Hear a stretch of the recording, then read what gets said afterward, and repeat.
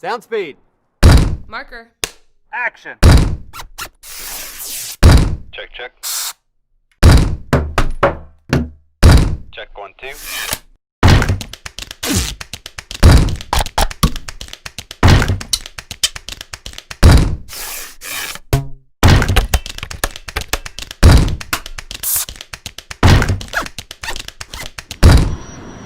Son of a... Sound speed. Action.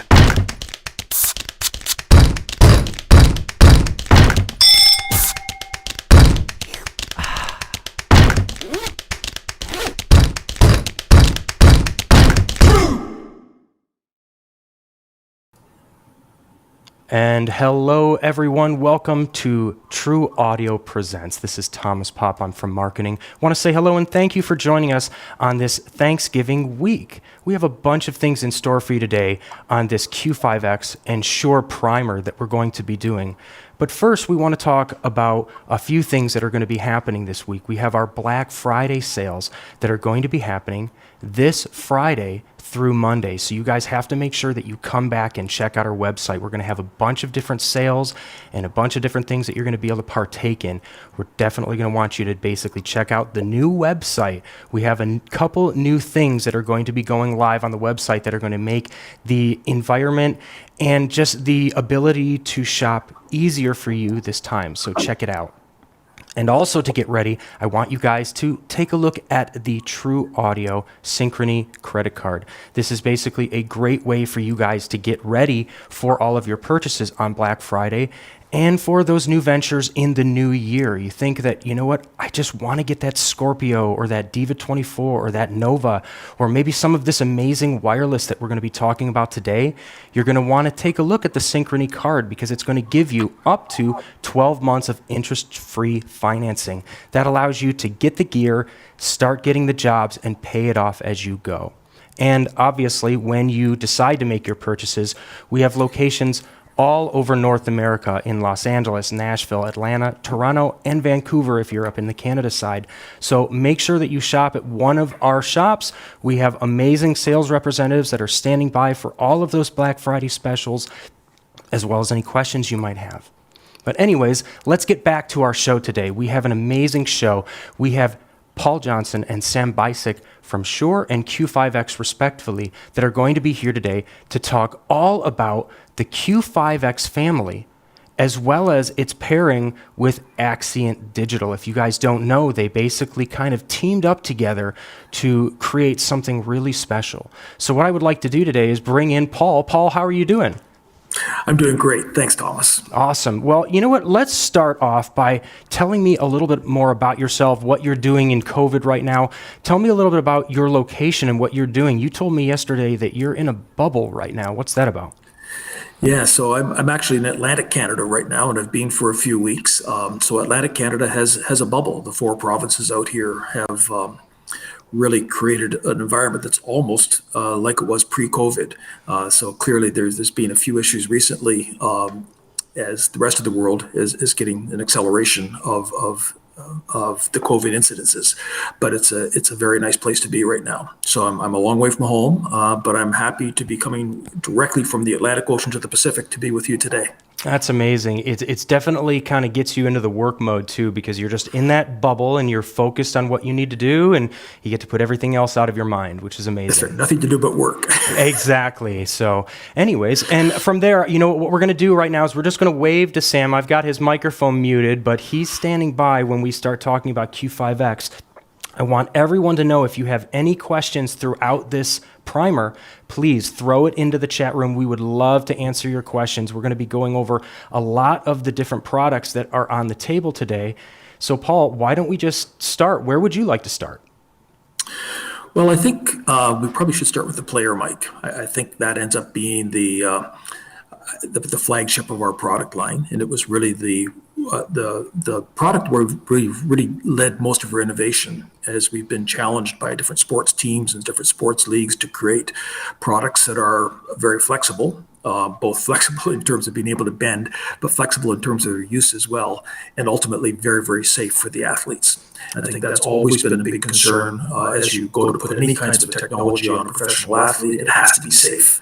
So as Thomas is showing right now, you can see the player mic is in a rubber case. It flexes and is very, very thin. So soft too. It's like it's so soft in your hands. It almost feels like you're holding like a gentle robot's hand. Well, and so with that, I'll jump away because as people who are familiar with our company will know, we've really had a long history of professional sports. But that softness and the rubber case is really what makes the product ideal for both theater and film work as well. If it's put under a costume, the rubber case is very warm against the skin. It doesn't heat up with the transmitter, but it's not cold like metal pressing against the skin. And it can be worn very, very comfortably and very safely. So what we found in recent years, although we've had a long history of working in sports, you can see in the picture here, this is in a wig application, that we actually can put this, because it's so thin and so small, can be used and hidden in all kinds of other applications as well. In fact, you guys sent me a couple pictures that I had to omit just for the, the G rating on this, but you guys can imagine where that's going. You can literally put this anywhere. Let your minds go where they go. Yes, so we call it, well, just to lead to that a bit further, we call it the wig and bra mic, so that'll tell you where it can go. I think there's that's, I think one of the things we're very excited about is, despite our long history of working in sports, we've actually now had our most significant sales recently have been in reality TV and film and theater, which is a great new market space for us, and we're very excited about it. Talk to me a little bit more about that. Why does this type of equipment really hammer into the reality world? What makes it special? Well, there's a couple of things. I think, and I'll jump to a punchline right now, in terms of today's situation, the fact that all of these products are very easily sanitized. The rubber case that you had is totally splash proof. And it can be wiped down as often as you need with alcohol, and can be totally sanitized. And all of these products are totally remote control. So once they're sanitized, they are controlled through the mic commander, which you see here. It does everything from turning the product from standby to an on mode. It can as well, you can set the frequency, you can set the power output, any of the adjustments you want to make to the microphone are done, or through the transmitter, are done through the mic commander. This is very powerful. I mean, it's a product that we initially designed 10 years ago at the request of the NBA, because they wanted to have the ability to be able to change the parameters on a transmitter if a player was on the court. And if they happened to get a frequency that got stepped on, if they needed to make adjustments to the mic gain, they could do that, because clearly they can't get access to the transmitter during a game. And so we took the initiative at that time to develop remote control, and became so popular we've actually incorporated it into all of the products. So this is available on both the analog products and the digital products. Yeah, I can tell you that from a utility standpoint, being able to control all of the functionality of these transmitters from a device anywhere, it simplifies the ability to do your job. It makes you more professional. Every single time that you have to go up to change the gain on a transmitter, maybe 3 or 4 times because maybe the performance is changing or whatnot, you can just dial that in right here and not even have to deal with the actors. I say deal, it sounds negative, but you know what I mean. It's like, especially in this COVID era, anything that we can do to stay away but still have that complete functionality for our job, wow. Absolutely amazing. Yeah. So the mic commander is a 2.4 gig radio, so it's a transceiver to the transmitter, and it will work up to probably about 250 feet. So it's a very good range. You don't have to be immediately adjacent to the talent. As well, we have the ability to hook it up to a computer, and we have a computer software program called Mic Control, and you can plug the mic commander into your computer through the USB connection, and you can have a full computer display of multiple transmitters as well. The mic commander itself will control up to 32 transmitters of any mix of transmitter you choose, analog or digital, or any of the different form factors that we have. So you only really need one mic commander to control an entire show that you're doing. And you can also group the transmitters, so you can have group commands to turn them on and turn them off. That's great. You know what, I'm hearing that there's a little bit of doubling, and that might actually be from the volume of your computer, Paul. Is that any ability for you to turn that down just a little bit? I can try. Just want to make sure that that's what's going on. I'm looking here, and I do not have any doubling going, just for anybody that's asking online. And yeah, so what we can go, can you tell me a little bit of the difference between the mic commander and the network gateway? So really, they're really about the same type of device. The functionality is exactly the same. The mic network gateway is actually connected through an RJ45 connector through the Ethernet, and doesn't have batteries. But the interface is exactly the same, and the functionality is the same. In a pinch, if you wanted to, you could actually plug an auxiliary battery pack into the USB connector and effectively use the network gateway in the same capacity as a mic commander. Oh, that's incredible. So, I mean, basically, again, you can control this either in some type of close scenario with the mic commander, or if you need to have full capabilities to be able to control people in a room down at the IP of this stadium, this is the device that you would use for that. Yep, and they work side by side. They don't interfere with each other. So if you make a change on the mic commander, it will carry through to the network gateway and onto the mic control software, and vice versa. So there is no issue with that. You can also network these as long as you're on the same network. You can network these between locations. So it's possible to control mics from a different city if you wish. Holy cow, that's incredible. So, and that's in fact going to be something that's going to be happening a lot more in the near future because of COVID. We're seeing a lot of people, like, for example, MMA fights and boxing fights where they're doing, separate locations, and they need to be able to connect things together. So having a sound mixer that can remotely, control their microphones in another state. Wow. What else does this do? Well, I think the primary difference that pretty much explains, I think, the mic commander. Okay. It gives well, I should say there's a security level that we have, so that the mic commander actually can be linked directly to a group of microphones. So if you happen to have two crews working in the same venue, you can effectively link one group of transmitters to a group of mic commanders, and then a separate group of transmitters to a different group of mic commanders. And so there's no risk of someone accidentally making changes to a transmitter that's not part of their own kit. So that's something that is sort of an added level of security for these. And you know what, furthering on, obviously we've talked about your player mic and the ability to control it, but you didn't stop there when it comes to all the transmitters. Why don't we step down and now talk about the ref mic? We'll just go right down the line.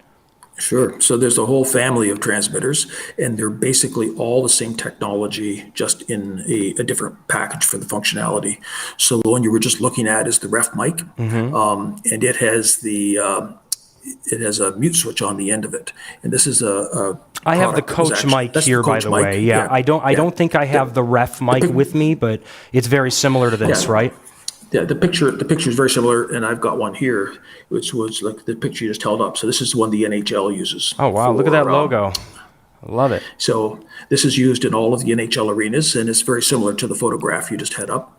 It just didn't have the NHL logo on it. And so the beauty of this one is, if you wanted to hold up the coach mic, it's got the same functionality, Thomas.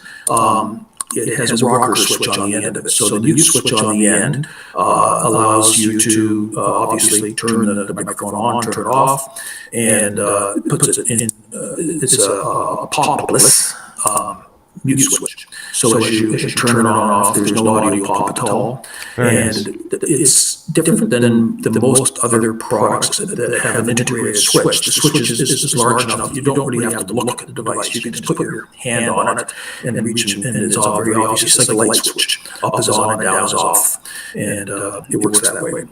The Coach mic that you have is just a different variant on the ref mic, and it has the ability to be mounted either vertically in a jack pocket with the antennas pointed down, or horizontally on a belt. So there's two belt clips that come with it, or a pocket, effectively a pocket clip and a belt clip. So you can do it that way. Two orientations. Yep, that way, or obviously up and down with the different It's a clips. smaller clip that works that way, exactly. Very and nice. so you put the antennas down, and if you put it in a jack pocket, the switch will be on the top, and then there's an LED indicator that comes on when there's two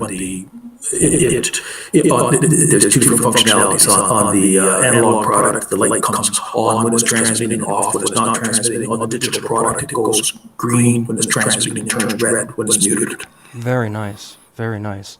Yeah, that's so it's great. Very popular. The digital version of this, which is the Axient Digital version, was demonstrated at the NBA All-Star Game last February.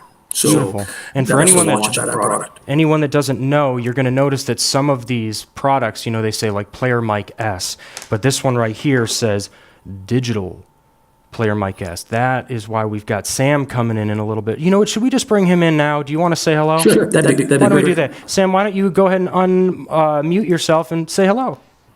Hey there, guys. How are you? Thanks for joining. And, we just obviously wanted to get a little bit farther into some of the transmitters, but, we've got that beautiful digital word. Why don't you talk to us a little bit more about how you guys got that fancy digital word on these guys?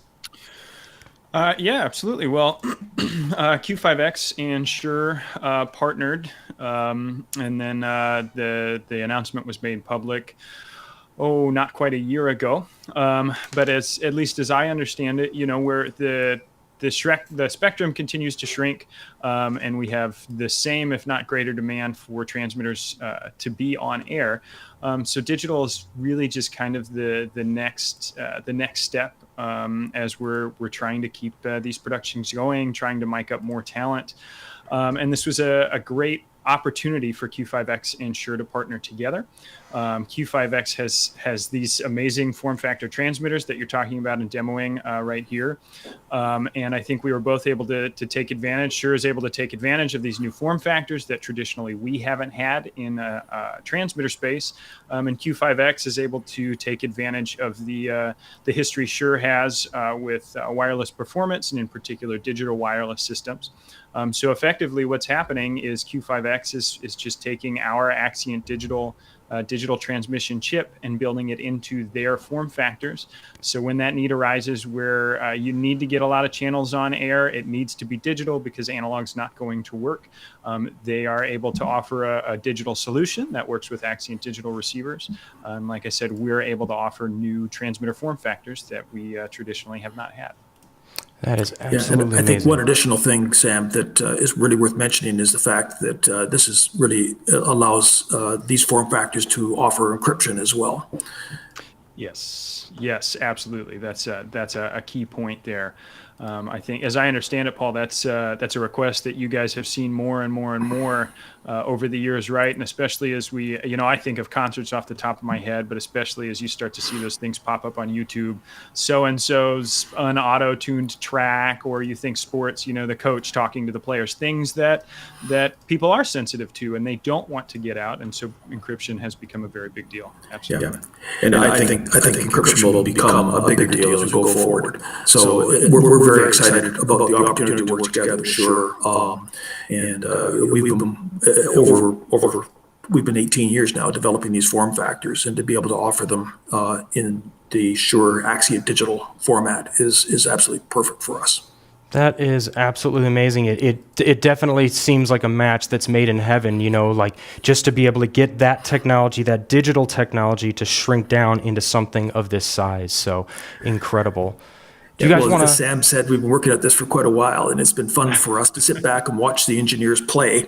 And they've had great success doing this, and so we're very excited to bring it to the marketplace and allow the audio techs in the field to be able to have the same chance to be able to play with this new technology. And it brings a new capability, certainly brings a new capability for our existing customer base to have the digital capability. And I think it allows Shure to go into some markets they just haven't been present in before, because the form factor dictated where they could be. For sure, especially having one of those waterproof transmitters, that helps for sure.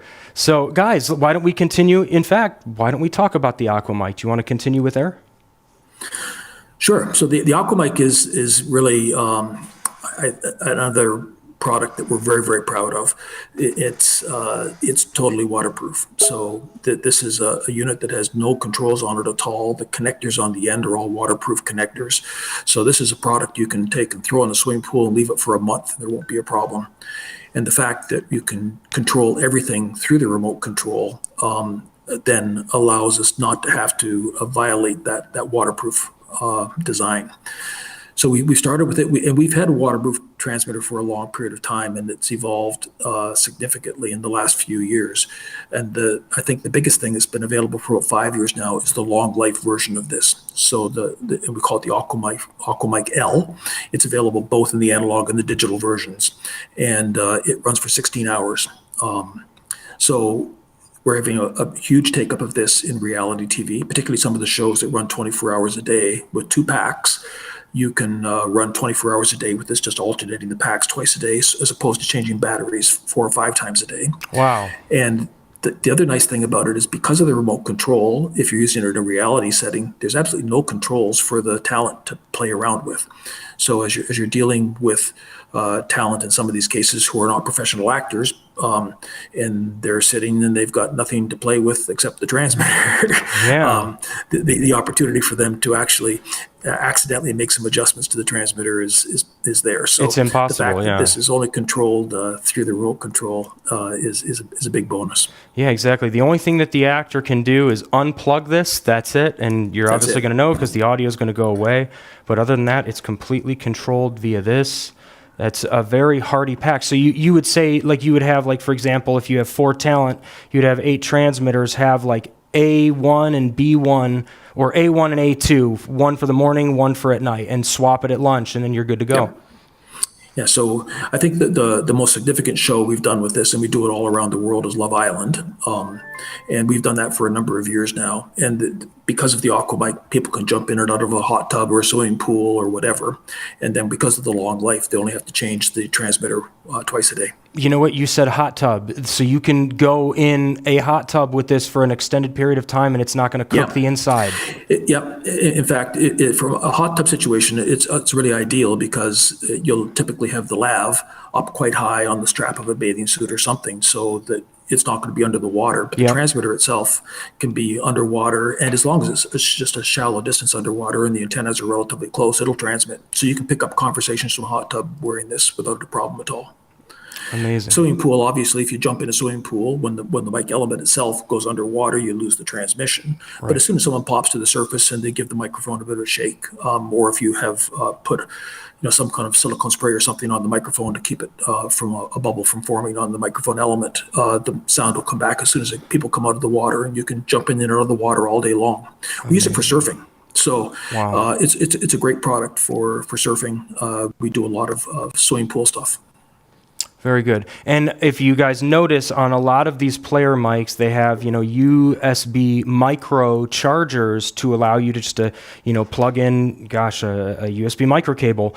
This guy doesn't have that. It just has the antennas, screw ports, as well as that honky. What LEMO connector is that? 1, 2, 3, 4, 5, 6. It's a 6-pin. It's a 6-pin LEMO. Okay, cool. It's 6-pin waterproof. 6-pin waterproof LEMO. Okay, cool. So if you need to charge this thing, you take the USB micro dongle and screw it on, and now you can just plug that directly into your USB micro source like that to go ahead and charge these. Yeah, exactly. And then all of these transmitters have actually 3 power states. There's the on mode, which is transmitting, standby, which is just that, it's in standby mode waiting to transmit, and storage. Once you put a transmitter in storage mode, it can sit for weeks and is just waiting to be brought back to life. With most of our transmitters, the way you remove them from storage mode for long-term storage into standby is by pushing and holding the on-off button. But there is no on-off button on the Aqua Mic. So for the Aqua Mic, the way you do that is you put the dongle in that you just had, and then you plug and unplug the charger, and that will bring it back to life and put it in standby mode. Now, just to make sure, and when you say charger, so it needs to have some type of voltage going down 3 times, tick, tick, tick, to get it to wake up, or it's not this little dongle One here? time will wake it up, Okay. and 3 times will reset it. Oh, the resetting of the key code. Okay, for the encryption. Okay, very good, because these do encryption as well, and if you forget the code, you need to be able to reset it. What is this little dongle They have a for? lock.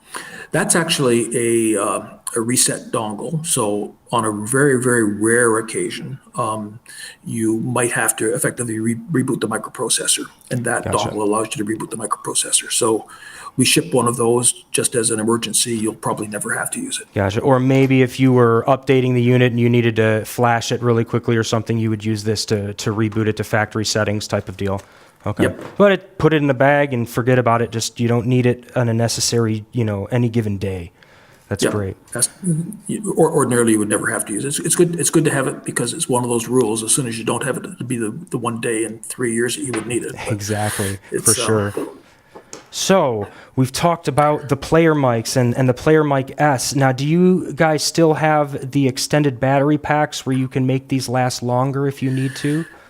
So Like you had before? we don't. At this point, we used to make an extended battery pack with a special connector on it, and since we switched everything over to the micro USB, there's regular external battery charging packs that are available to charge your cell phone.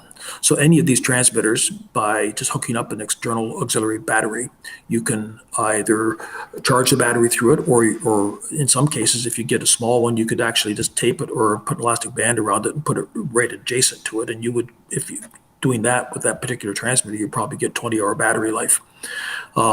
So using a standard auxiliary battery pack that you'd buy at Best Buy or some other Staples, someplace like that. Anything that's going to charge a mobile device is going to be able to Yep. power this guy.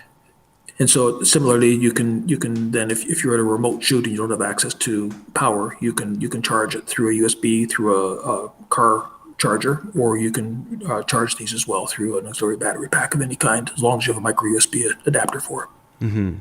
Very good. Someone is asking, how about the hot-cold expansion and retraction of materials? We don't really have an issue with that at all. The one issue with all battery-operated devices, you shouldn't be charging the batteries in sub-zero temperatures or below.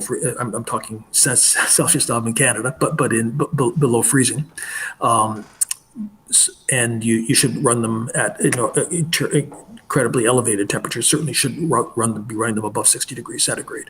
But ordinarily, there's really not an issue of expansion and contraction of any of these. We use them outdoors in the wintertime. We use them in all kinds of sporting events where it's very, very warm. There's not an issue. Very good, very good. What else? Okay, so we've talked about the Aqua Mic. We've talked about the Aqua Mic L, Coach Mic. What about the Belt Mic? So the Belt Mic is an interesting package for us. It's actually our smallest transmitter. So if you hold it up, it's very similar to the Coach Mic, and it basically just doesn't have the switch on the end of it. So if you can imagine just hiving the switch off the end of the Coach Mic, that's where you get the Belt Mic. So it's a little bit thicker than the player mic, but the cross section of it is smaller. So depending on the application, and it obviously has a belt clip, so it's easy to put onto a belt.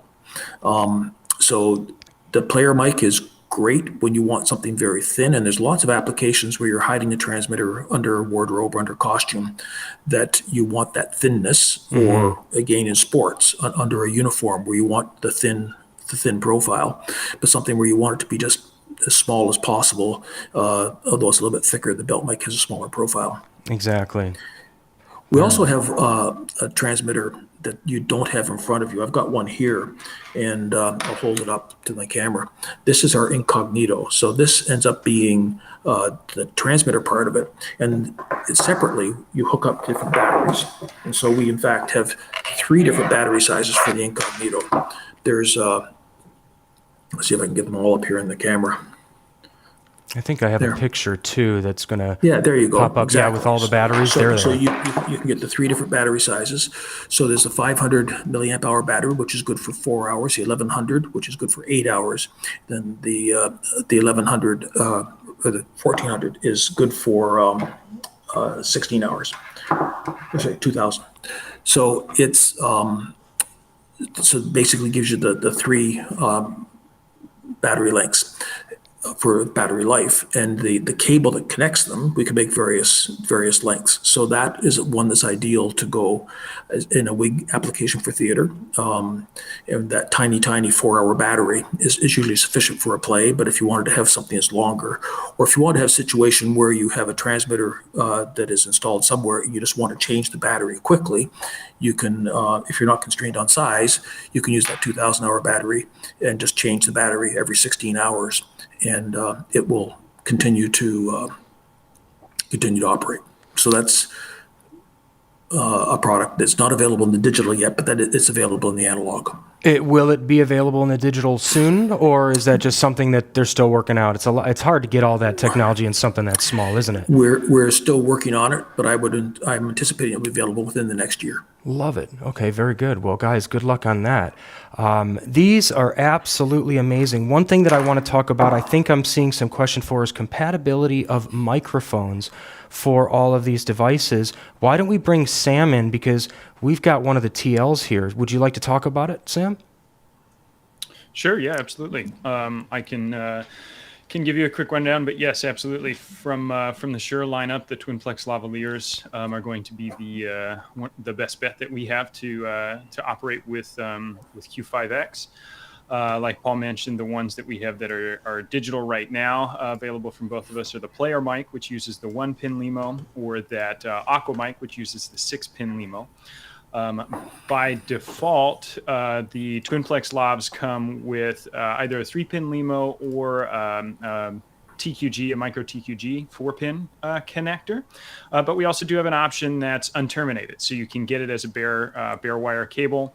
And either re-terminate it yourself if that's your preferred method and you're familiar, or take it to your local dealer or local service shop to have it re-terminated to whichever connector you need. Exactly, and we've got all of the locations there. So if you ever buy one of these Shure microphones unterminated, take a look at all those locations that you can get it terminated to what you need. Exactly. True Audio can help you out. They know what they're doing. Amen. I love the design of the capsule. Why is it rounded? You see a lot of people that just go up and right across it. It's flat.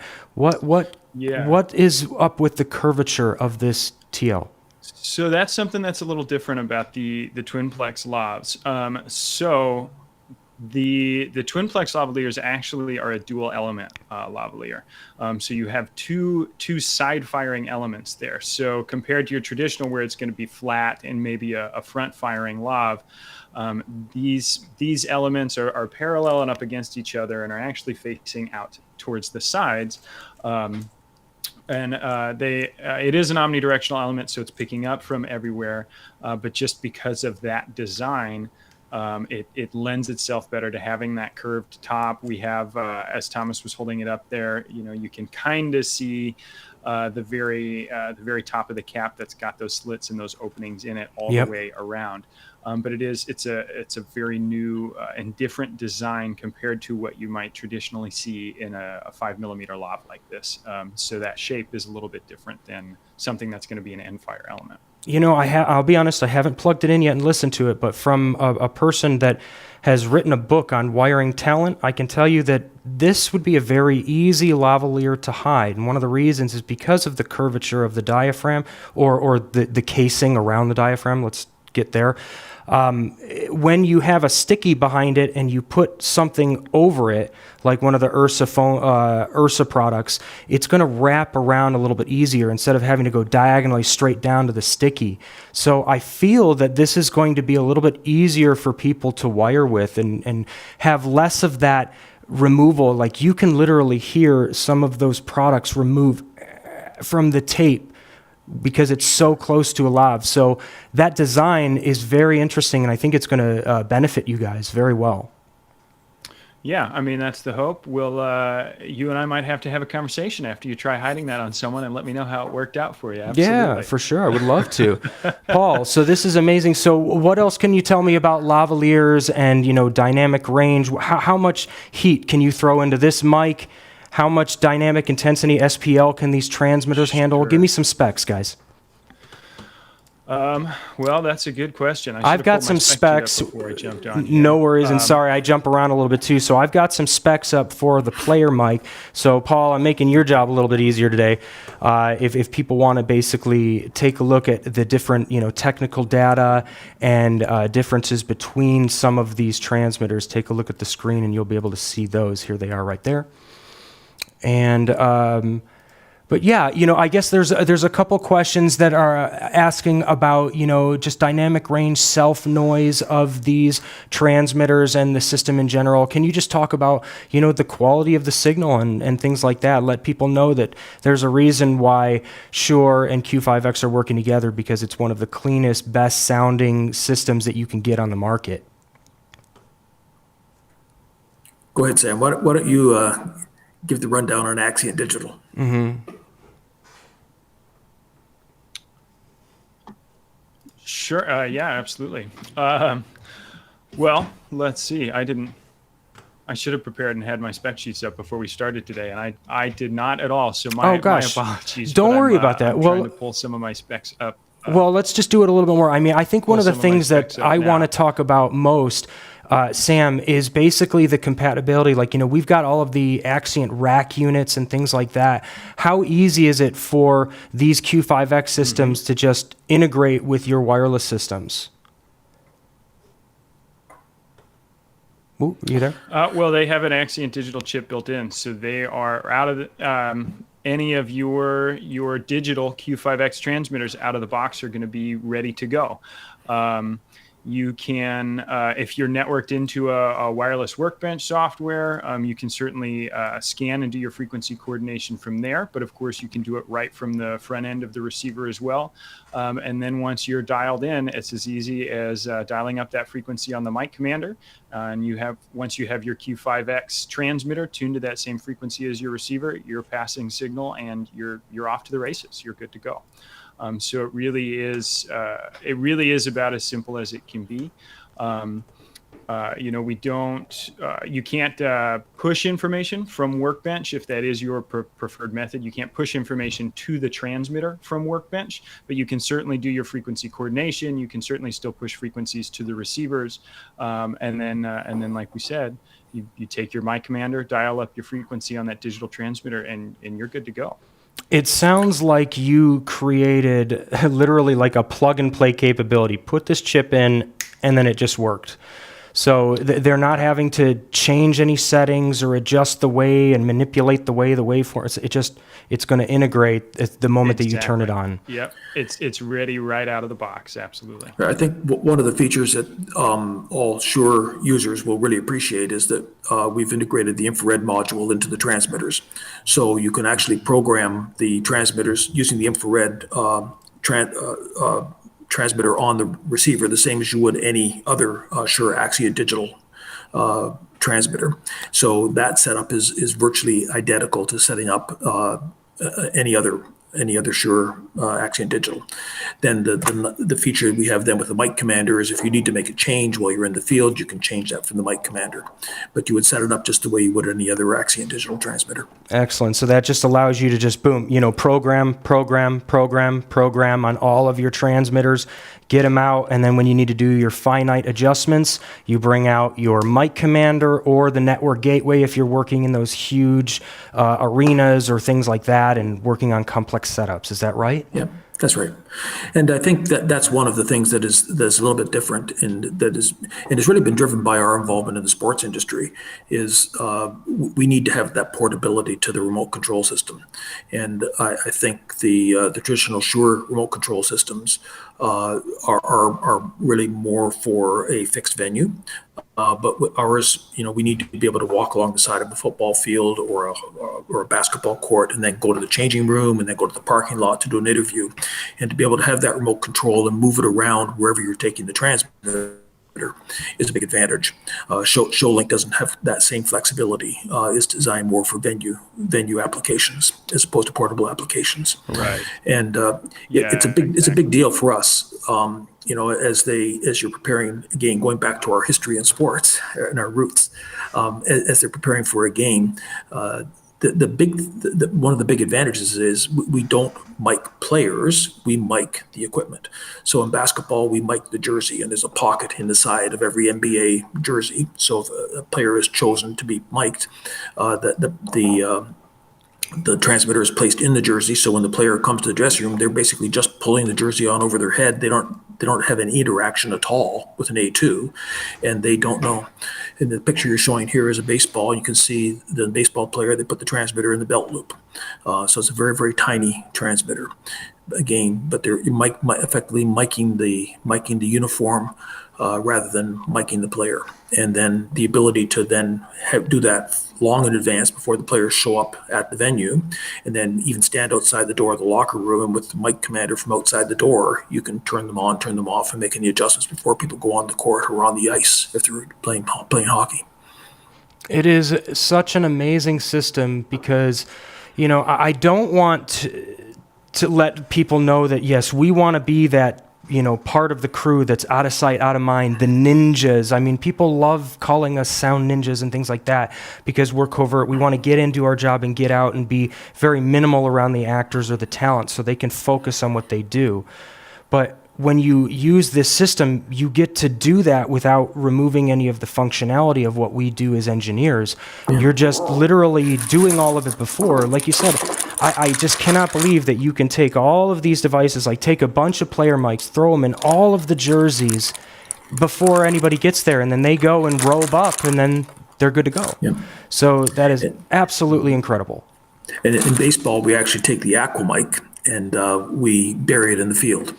Yes. So the Aqua Mic, there's typically for certainly this season, but as well last season for all the postseason games, there was typically 4 Aqua Mics buried in front of home plate, 2 in front of the pitcher's mound, 1 near third base, 1 near first base, and then an array of them in the at the edge of the infield.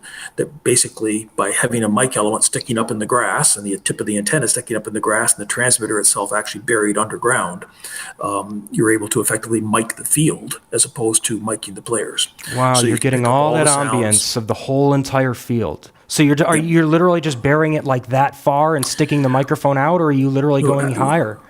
We actually will bury it horizontal. Okay. And then tip the microphone up. And then tip it up like that. So it would be like that sticking out of the ground. This would be the ground, like right here.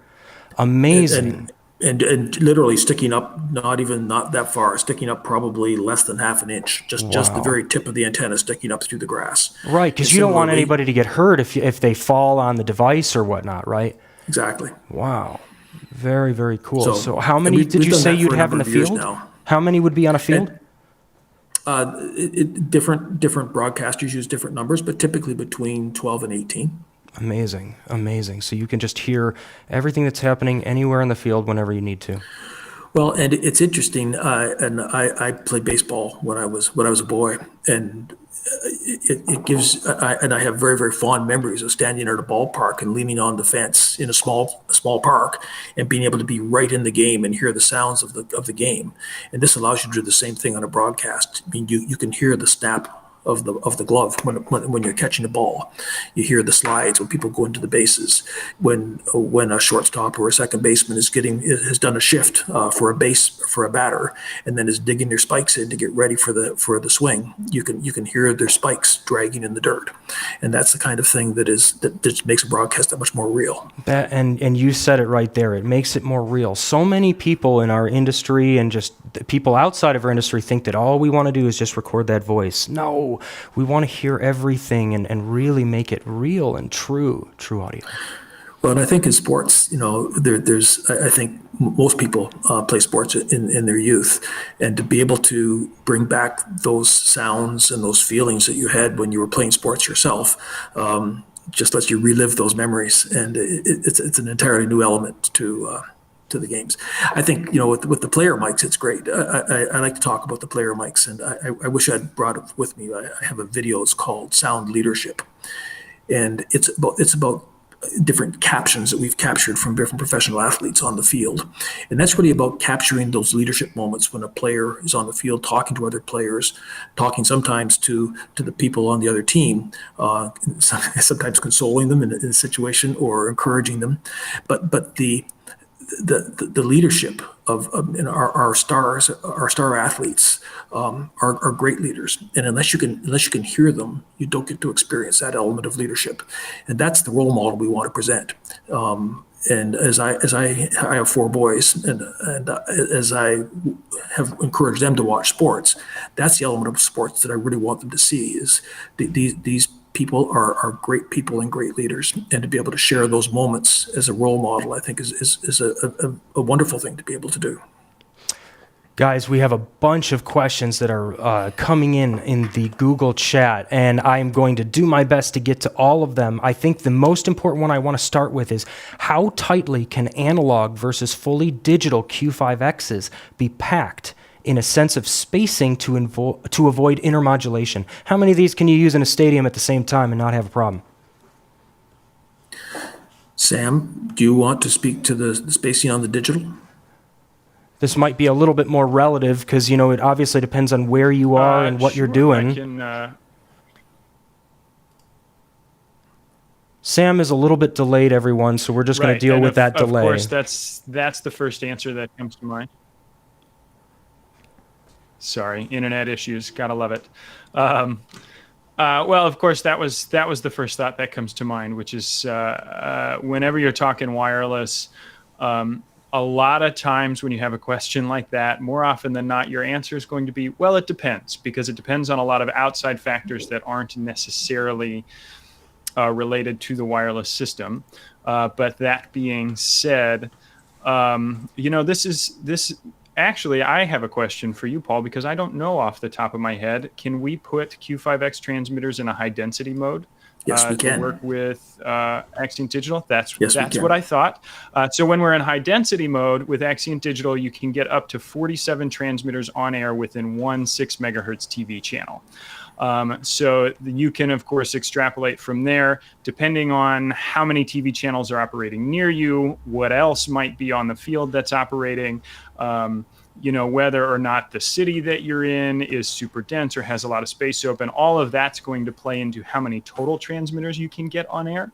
But yeah, if we put these into high density mode and all you have is a single TV station, you can get up to 47 transmitters on air in high density mode. In that 6 megahertz space. That is incredible. In standard mode, it is 17 transmitters in 6 megahertz. So when you have a little more room to play, you can space them a little farther apart, but you can still get 17 transmitters in a single US TV station. And 6 megahertz space. And they're just confirming this is for digital, which I'm going to say yes, because we have you speaking on behalf of Axient for this question. Correct. Yes. This is for Axient Digital. We only have 2 wireless lines that do standard mode and high density mode. High density mode, that variation is only an option in our digital wireless systems. And Q5X digital transmitters are only compatible with Axient Digital receivers. There you have it. Is the cable Kevlar core for the TL lavalier? It is not a Kevlar core. This was a brand new cable when Shure made it. So the Twinplex lavs were in development for about 7 years, give or take, and the cable was a good 6 years in the making. So what's actually happening is there's kind of a helical, there's a spiral reinforcement that runs the entire length of the cable. And that serves, one, as a reinforcement of the cable, but it's also a secondary ground. So it makes that cable significantly stronger. But then it also, because it's working as a redundant ground, it means effectively you need to break that cable multiple times in the same spot before you start losing audio. So it's kind of those two things playing together that make the cable rock solid, and then also make it significantly stronger. Let's talk encryption for a moment. Someone is asking, can you turn encryption on and off when you need to use it, or is it just it's in there? Yeah, so encryption is an optional feature. You can turn it on if you need it. You can turn it off if it's something that you don't need for a particular show or particular event. It's not something that's just on all the time by default. You do have the option to turn it on and off as necessary. Amazing. Guys, you guys have some incredible answers, and even everyone watching at home, we have some incredible questions that are coming. Please keep them through. We've got Sam and Paul from Q5X and Shure, respectfully, for the next few minutes. If you guys have any questions about how the Q5X work or how it integrates with different systems, because it's obviously compatible with everything. So let's talk, guys. Let me know. Guys, what else can you talk about, the infrastructure of all of the products? What are some of the amazing things that you want to share? I think, we've talked about the remote control, and that is a primary feature. Mm-hmm. I think the other element that we haven't talked about yet is and it really gets down to the core of the reason that we've been able to accomplish some of these different form factors and establish a relationship with Shure is at Q5X we really have the ability to be able to make custom packaging.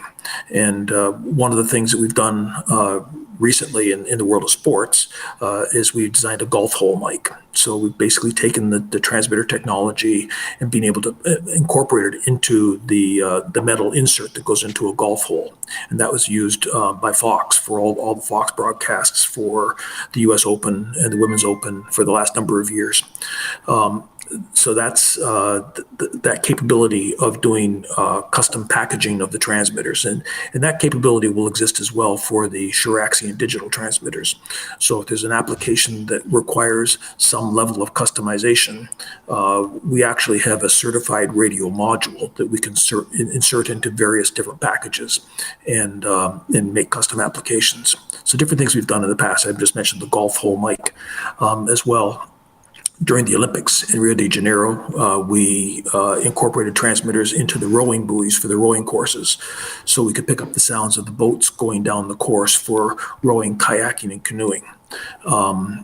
As well, one of the things we talk about very frequently, 8 years ago with our analog product, we have in fact, our largest installation is a 300 transmitter installation at Radio City Music Hall in New York. And we've embedded transmitters in the heels of the tap shoes for the Rockettes. Wow. So if you've ever been to the Christmas Spectacular and you hear all the tap dancing, the only reason you can hear the tap dancing in a venue that size is if it's mic'd. And it's very difficult to mic tap shoes. Miking the floor is not very effective usually. And they saw fit to install. There's 300 shoes, and we have actually 320 shoes. And we have 320 transmitters embedded in the shoes of the Rockettes, so you can hear the sound of the tap dancing. That's absolutely amazing. It seems like you have all of these different versatile options for all of the hard gigs that people have to do. We're going to have people on a hockey rink beating each other up playing hockey. Well, let's make a transmitter that's not going to have a problem in those scenarios.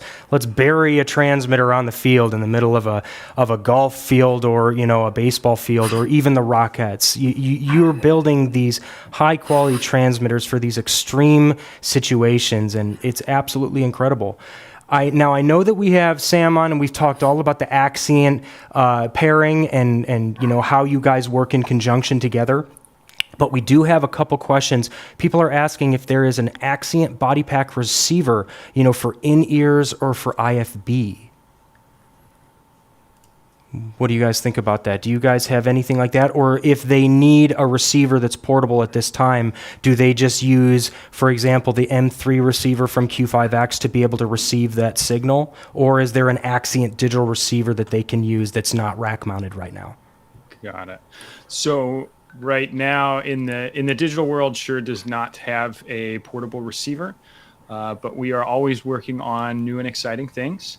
And that's about all that I can say there. I'm sure Paul can elaborate on this, but if a portable receiver is needed, then yes, I think you would be in the analog world and working with the portable receiver they have.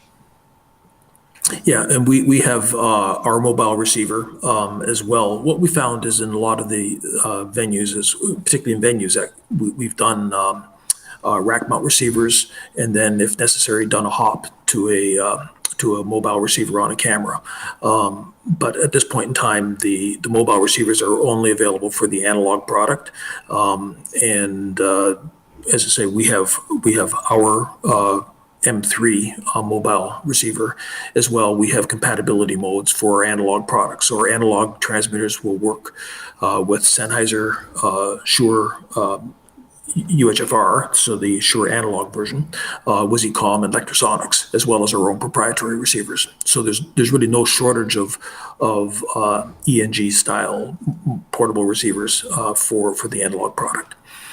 And let me ask another question just to make sure and clarify. If you're purchasing the Player Mic digital versions or the Aqua Mic digital, can they work with the analog receiver as well, or is that no, they can't? No. These are digital and these are the Mic Commander. analog. Yes, the Mic Commander will control analog transmitters and digital transmitters, but if you were having a mix of analog and digital transmitters, you would need to have a rack with both analog and digital receivers. Gotcha. Okay, so just to make sure everyone knows, that's the transmission technology from the transmitters going to the receivers. So if you're buying the digital, you got to have the digital receivers.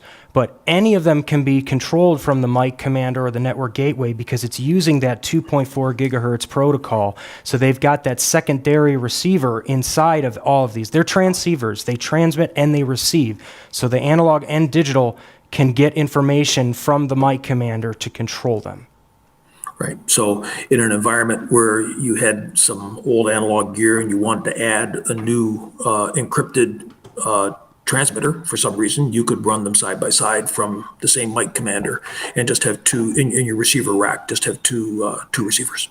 Exactly. That's great. Does Q5X offer any pack mounting options? For example, sport armbands, leg bands, etc. If not, what is your go-to source for pack mounting options? I've got a couple ideas too, but I'll shoot it to you guys first if you'd like to try. We work closely with Ursa, and so there's a number of products from Ursa that are available, and our transmitters, it's very easy to get, just make your own effectively. In the past, I've taken compression shirts and just taken them to a tailor and had pockets stitched into the compression shirt. As you can see, this is done at a theater, and this is simply done by the wardrobe department. So there's a few commercial products available, but it's very easy to make a custom sleeve that accommodates that. I have here a sleeve. This is what's used inside so with this one, we put the player mic inside this, and this is what goes inside the pocket of the NBA jerseys when the NBA is using them. So there's certainly a good number of products out there, but it's very easy to, if particularly in a theater, if you've got a wardrobe department, it's very easy to make your own.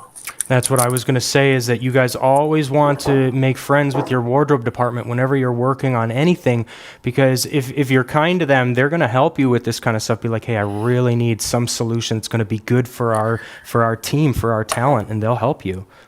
Well, and I think as well with the wardrobe department, if you offer them the ability to have a pack this small that's this easy to hide, they will be endeared to you for the rest of your career. Exactly. It's a wardrobe department's dream is to be able to have something that is invisible, and this is virtually invisible. It can be stitched into anywhere in a costume. It can literally be put inside of the costume, in between the layers, and you'd never even know that you're wearing it. It's absolutely amazing. All you need is occasionally have access to that USB connector to charge it, but all the controls are done remotely, so you can have it buried anywhere. So we do it often in hats. We do it often, as you saw in the picture, in wigs. And it's lightweight. It's very small. And beyond that, if you've got an actor or an actress in a dance skin, it's beyond being visible. It's invisible. It's very, very safe. So if they happen to fall on it, they're not going to hurt themselves. And that's a very important thing, because a lot of transmitters, when they're big and bulky, if you fall, you could literally break a hip or really cut yourself open. And these are so soft and bendable, you can't get hurt with these. That's absolutely incredible how you're going to protect the actors with this. We do a lot of figure skating on ice for that reason. So if they're miking players who are or talent that is skating, figure skating, it's the safest pack you can put on a skater. Now, are you just putting that like underneath their bra right here when they're skating around then, or where are you putting it? Because let's face it, they do fall a lot. Maybe not in the Olympics, but Often, so in a bra is safe because generally as someone falls, that's where they would protect themselves, but as well often along the rib cage because again their arm would protect themselves. Gotcha. Yeah, it's that subconscious when they put their hands down that they're going to protect their core of their body. Very good. Yeah. Very good. In rugby, lacrosse, different sports like that, we'll often put it between the shoulder blades on the back. So we'll wear a compression shirt, put it right between the shoulder blades. So if someone falls backwards, it's protected by the shoulder blades. And then we run the mic cable up to the collar, and we'll put a buttonhole often in the back of the collar of a compression shirt. Then run the mic cable around to the front, and again have a second buttonhole in the front of the collar. To bring the mic element out and then just clip it in place or tape it in place. Amazing. Guys, I want to say thank you so much for taking time out of your Tuesday, this close to Thanksgiving, to show us all of the capabilities of the Q5X lineup, to talk about Shure and its Axient compatibilities. This is something I think that we're going to be seeing a lot more and even potentially getting requests for. When these are being used, I mean, can you show the Aqua Mic again, the one that has the NHL logo? I just want to show people that when you've got a company that big that says, yeah, we're going to put our logo on your transmitter, that means something. And that means that you might want to get more versed on this. So if you guys would like to pick some of these up, we have them available at any of the True Audio locations. Please stop by. We'd love to give you guys a tutorial on how they work. I've got a set right here at my desk. So if you come to LA, I'd be happy to show you guys how to use it. I think you guys are going to start getting more and more requests for these out in the field when they say, hey, we're going to be working on an NHL or an NBA sponsored shoot. We need to make sure that you're using these guys. So you guys got to be ready for that as viewers out there in the world. So make sure that you get versed on the technology and pick some up. Guys, do you have anything else to say before we say goodbye to everyone and wish everyone a happy Thanksgiving? Well, the only thing I would add to that, and it's absolutely right. I think any of the sports types of shoots that anybody would do, the sports organizations are totally familiar with these already. But don't forget the reality TV and the regular television shows as well. I think there's a lot of the stuff we're doing out of California now is in fact going into film and TV. So it's the package is proven, the technology is proven. As Sam would say, it's Axient Digital, the digital version of this. It's not going to get any better in terms of sound quality, and the package is just ideal for a lot of situations. Absolutely. Sam, would you like to add anything about the Axient lineup for people? I'm just really kind of echoing Paul's sentiments, and thanks for having us here. Axient Digital is obviously our flagship wireless. We're very proud of it. For anybody who hasn't tried it, hasn't seen it, hasn't heard it, contact Thomas, contact your local True offices. They are here to help, and we at Shure think you will be thoroughly impressed and very happy to see what it can do, to hear what it can do. And you pair that with your Q5X transmitters, and it's a winning combination. I think you'll be very, very happy about what these products can do, how they sound, and how they operate. And thanks to Paul and thanks to you, Thomas, for kind of letting me tag along and crash the Q5X party today. I'm so glad you did, man. It's been amazing to have both of you. And please, a warm welcome from True Audio to everyone out there, to you, Paul, to you, Sam, everyone at Q5X and Shure. Have a wonderful Thanksgiving. We want to thank you guys for doing this again. Thank you very much. Thanks very much. All right, guys. And once again, we just want to remind you that we have our Black Friday sale coming up this Friday. So you guys got to make sure that you come on. We're going to have some new things on the website for you guys to see. We've been working on a couple things. So we want you to see. We're going to make the purchasing experience for Black Friday even better because we have so many sales. And if you need to, remember that we have the True Audio Synchrony credit card, so you can get ready. If you're purchasing certain amounts, you can receive up to 12 months interest-free financing for your purchases. Maybe you guys could pick up some of those Shure lavaliers and the Q5X wireless. So take a look at that. And we'll see you guys on another True Audio Presents in the future. Happy Thanksgiving. Take care.